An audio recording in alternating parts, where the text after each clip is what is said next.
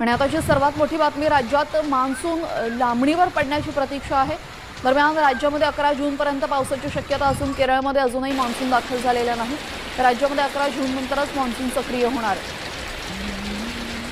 राज्यामध्ये मान्सूनचं आगमन 11 जून नंतरच होण्याची शक्यता आहे। आपल्यासोबत आमचे प्रतिनिधी सचिन जाधव जोडले गेलेले आहेत। सचिन, मान्सूनचं आगमन उशिरा होणार आहे असं हवामान खात्याने सांगितलेलं आहे, काय अधिकची माहिती?